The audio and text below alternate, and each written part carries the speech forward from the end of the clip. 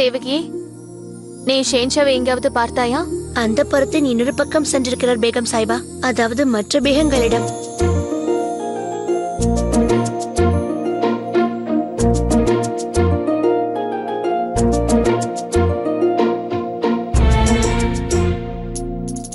மற்ற பேகங்களிடம் சென்று விட்டார். விளையாட்டாக கூறினால் நிஜமாக ஏற்றுக்கொள்வார். இவருடைய பொறுப்பை என்னிடம் விட்டுவிட்டார். ஏன், இவனை பார்த்துக் கொள்ளும் பொறுப்பு அவருக்கு இல்லையா என்ன? இவனை ஏன் கோபித்துக் கொள்கிறேன்? அவருக்கு மற்ற பேகங்கள் உள்ளார்கள், அவரையும் இவர்தானே கவனித்துக் கொள்ள வேண்டும். ஆனால் என்னிடம் மட்டும் வந்துவிட்டு ஏதேதோ பேசுவார். நீ இல்லாமல் ஒரு கணம் கூட என்னால் வாழ இயலாது. இப்பொழுது பார்த்தால் அவர் இஷ்டத்திற்கு சென்று விட்டார். நான் ஏன் கோபப்பட வேண்டும்? நான் என்ன செய்ய முடியும்? எங்கு வேண்டுமானாலும் செல்லட்டும், யாரை வேண்டுமானாலும் பார்க்கட்டும். எனக்கு என்ன வந்தது? இல்லையா சலீம்? அங்கே பார் சலீம், அங்கே நிற்கும் பெண் யார்? என்னை விட அதிகமாக பிடித்து விட்டதோ?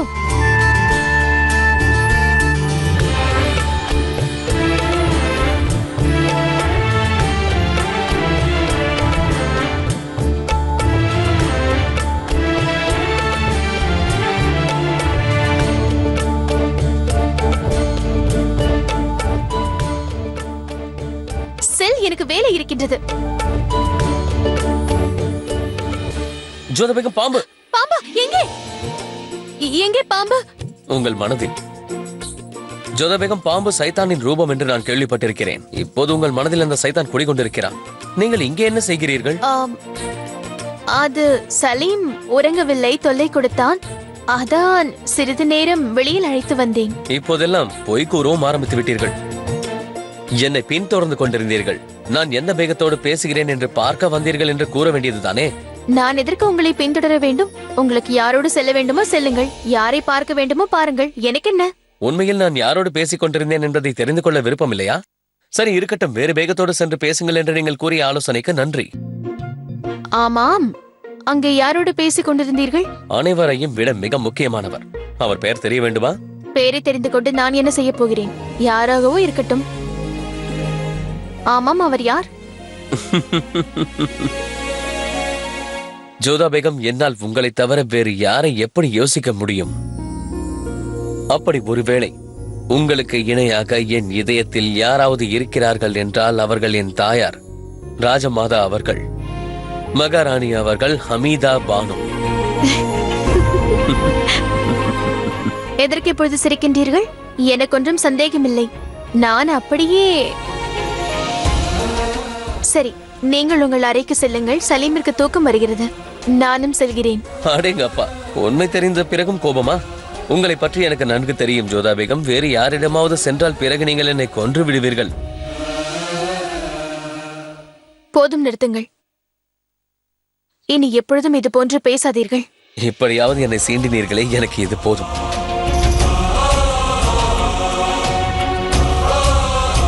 வாருங்கள், சலீமை உள்ளே கொண்டு செல்வோம். என் செல்ல மகனே, வா.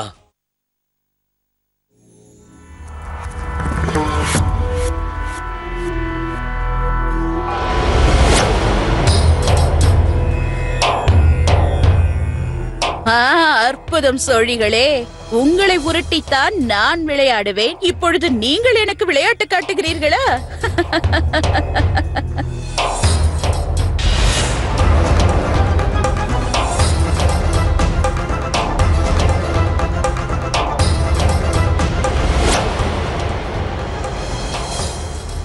தம்பி, சற்று இங்கு வா. என்ன பாட்டி?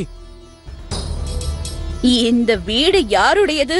ஜில்பஹார் மற்றும் அவரது கணவர் ராஷித் உடையது.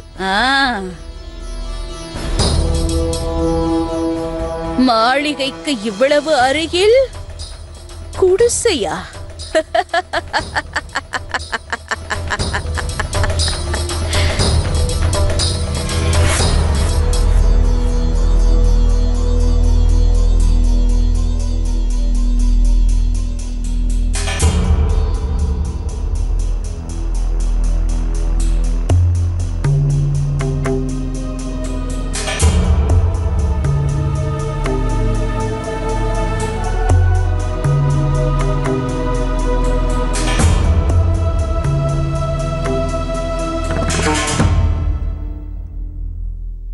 நான் தங்களுக்கு ஏதாவது உதவி செய்ய வேண்டுமா?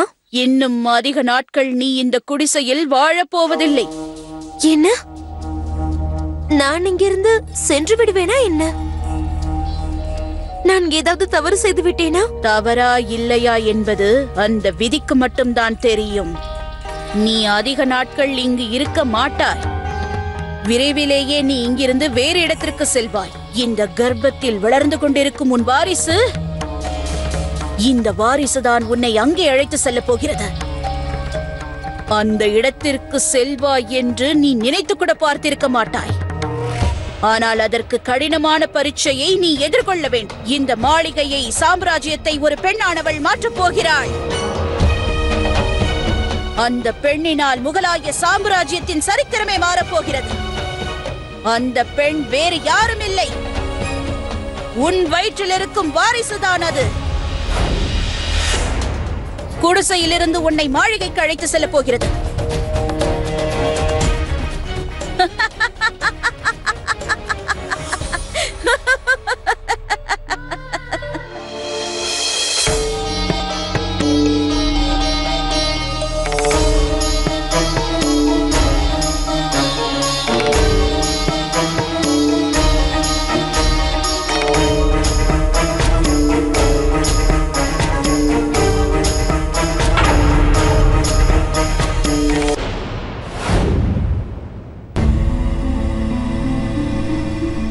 ஹோஷியார், இந்த பெண்மணி யார்?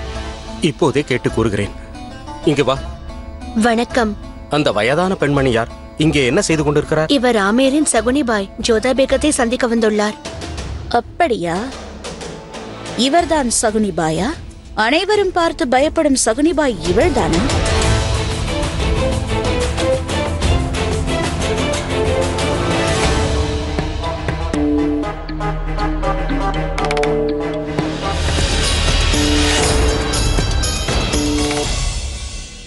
தலையீழான சுவடு, அபசகுணம். எங்களுடைய நாட்டில் இது போன்ற சுவடுடன் நடப்பவர்களை பேய் என்று கூறுவார்கள். பேய் சில நேரத்தில் மாணவ ரூபத்தில் கூட வரும். அதே போல் மனிதனும் சில நேரங்களில் பிசாசாகி விடுகிறான்.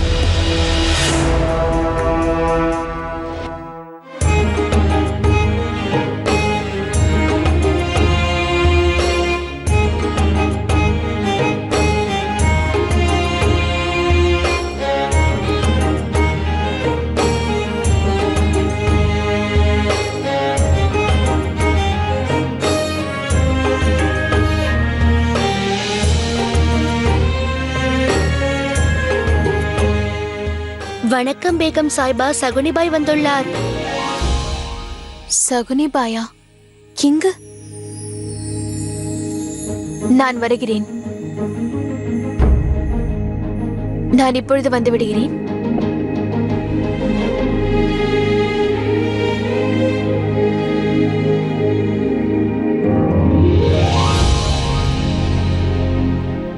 சலீமின் பாதுகாப்பிற்கு இந்த தாயத்து மிகவும் அவசியம் ஜோதா. ஆமாம் சகுனிபாய் அவர்களே, இந்த தாயத்தை பாதுகாப்பிற்காக தான் அளித்திருக்கிறார்கள். இந்த தாயத்தை அளித்தவர்கள் ஒரு வழியாக உறவை ஊர்ஜிதப்படுத்தி விட்டார்கள். எனக்கு விளங்கவில்லை. அது எப்படி உனக்கு விளங்கும்? ஏனென்றால் இது ஒரு ஆத்ம பந்தம், மானசீக பந்தம். இது அனைத்தும் விதியின் விளையாட்டு. அப்படி என்றால் தாங்களும் என் மகன் சலீமை ஆசிர்வதியுங்கள்.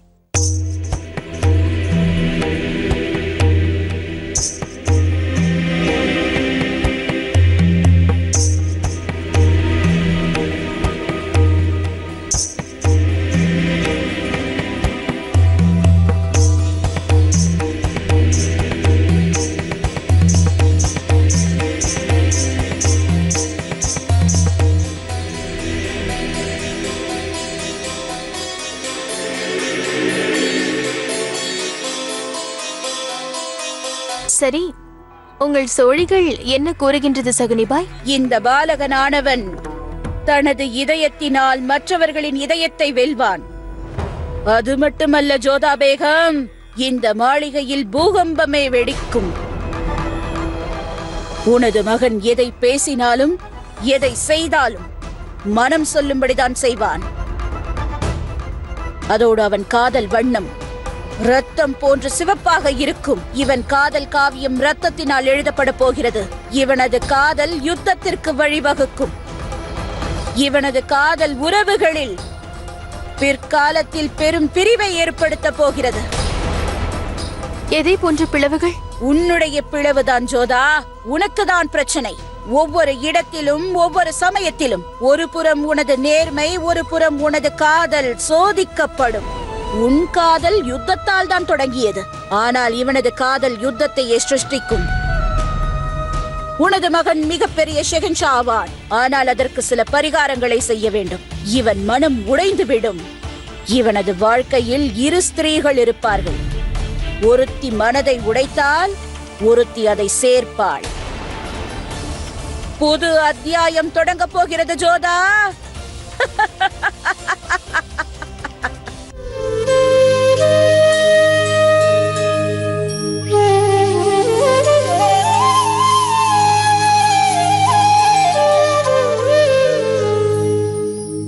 தேவையில்லாமல் நீங்கள் கவலைப்பட வேண்டாம் ஜோதா பேகம்.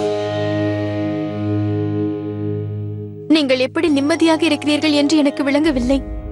அந்த சகுனிபாய் எப்பொழுது என்ன கூறினாலும் அது அவ்வாறே நடந்துவிடும். அவர் கூறுவது பலித்துவிடும். அப்படி எதுவும் நடக்காது ஜோதா பேகம். அப்படியே எது நடந்தாலும் அது எதிர்காலத்தில் தான் நடக்கும். அதை நாம் அப்போது சமாளித்துக் கொள்ளலாம் ஜோதா பேகம். என்ன நடக்கிறதோ பார்ப்போம். நான் உங்களுக்கு மீண்டும் கூறுகிறேன், அது சாத்தியம் இல்லை ஜோதா பேகம். உங்களுக்கே தெரியும் அல்லவா, நான் சலீமை எவ்வளவு நேசிக்கிறேன் என்பது உங்களுக்கு தெரியும் அல்லவா. நமக்கு எந்த பிரச்சனையும் வராது. ஒருவேளை அவ்வாறு ஏதாவது நடந்தாலும் உங்கள் கண்ணன் தான் நமக்கு துணையாக இருப்பாரே.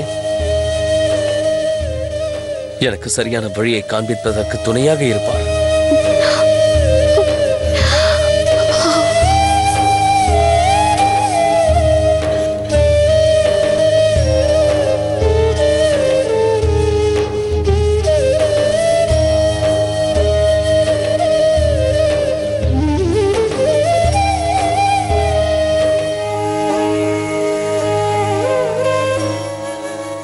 காலம் கடந்து சென்று கொண்டிருந்தது. ஜலால் கொடுத்த தைரியத்தினால் ஜோதாவின் கவலை குறைந்தது. ஆனால் காலம் மீண்டும் ஜோதாவையும் அக்பரையும் கவலைக்குள்ளாக்கியது. இளவரசர் சலீமின் உடல்நிலை மிகவும் மோசமாக மாறியது. அப்பொழுது ஜோதா மற்றும் ஜலால் மனதில் பழைய அனுபவங்கள் ஞாபகத்திற்கு வந்தன. ஹசன் ஹுசேனைப் போல் சலீமையும் பிரிந்து விடுவோமோ என்ற பயம் அவர்களுக்குள் வந்தது.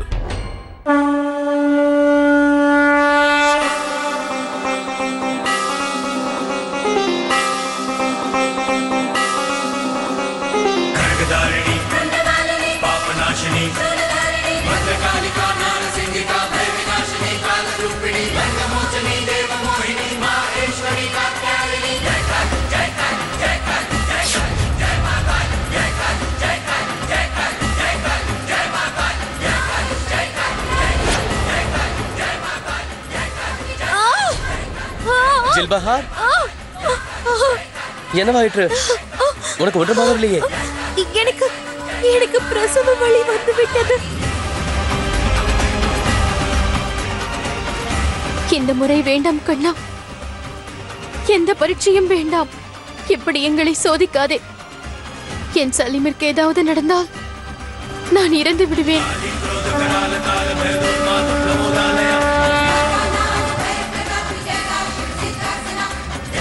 யாருக்குதான் நான் என் குழந்தையை இழந்துவிடக் கூடாது. என் சலீமை காப்பாற்று கண்ணா. சலீமுக்கு ஒன்றுமாக கூடாது. அவனை காப்பாற்று கண்ணா.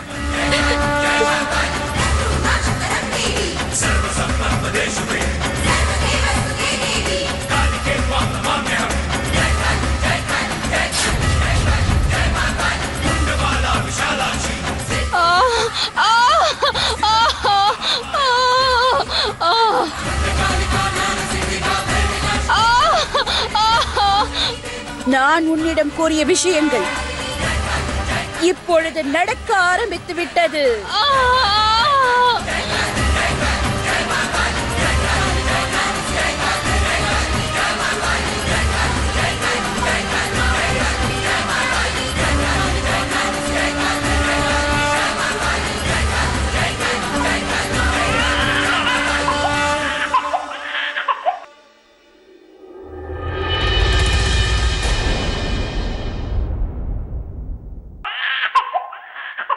வாழ்த்துக்கள், பெண் குழந்தை பிறந்திருக்கிறது.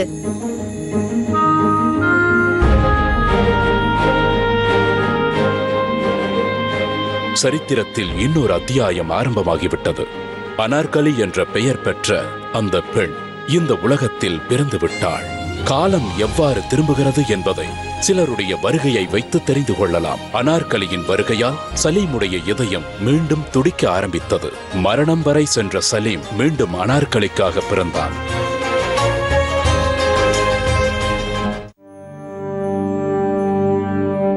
ஆதாப் ஹுசூர், இளவரசர் சலீம் எவ்வாறு இருக்கிறார்? அந்த அல்லாவின் கருணையால் நன்றாக இருக்கிறார். உங்கள் அனைவரின் வேண்டுதலாலும் தான். யா குதா. ஹுசூர், தாங்கள் எனக்கு அளித்த வாக்கு தங்களுக்கு நினைவிருக்கிறது அல்லவா? நீங்கள் கூறியது போல் என்னுடைய குழந்தையின் பெயரை நீங்கள் தான் சூட்ட வேண்டும். நிச்சயமாக எனக்கு ஞாபகம் இருக்கிறது.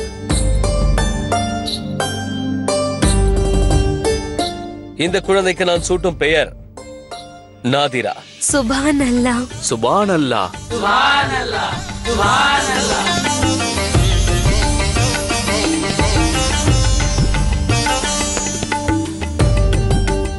வந்து அமருங்கள். இவளை ஆசீர்வதியுங்கள் பேகம் சாய்பா.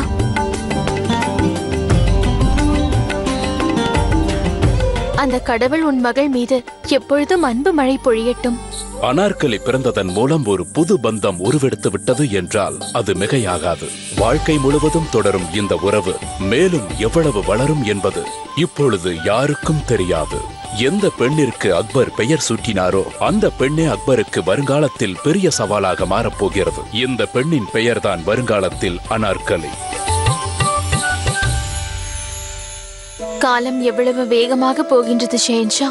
8 ஆண்டுகள் கழிந்து போயின. இப்பொழுது நம் மகன் சலீமிற்கு 9 வயது ஆகின்றது.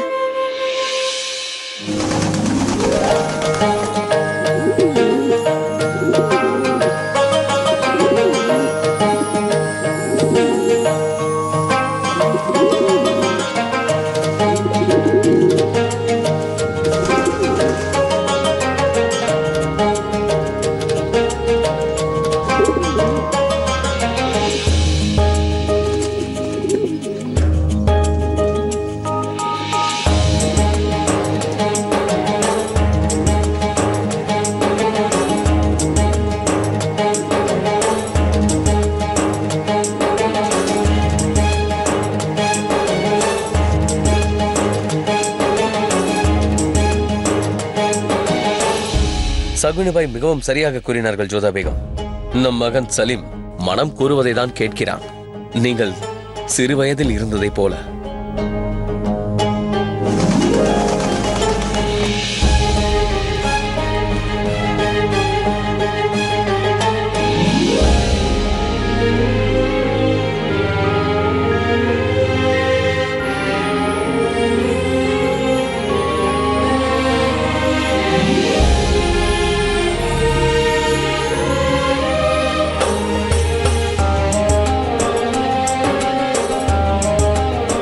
கோட்டையில் மற்ற குழந்தைகள் இவனை போல ஆலோசிப்பதில்லை. ஆம், நம்முடைய சலீம் வித்தியாசமானவன், மிகவும் குறும்புக்காரன்.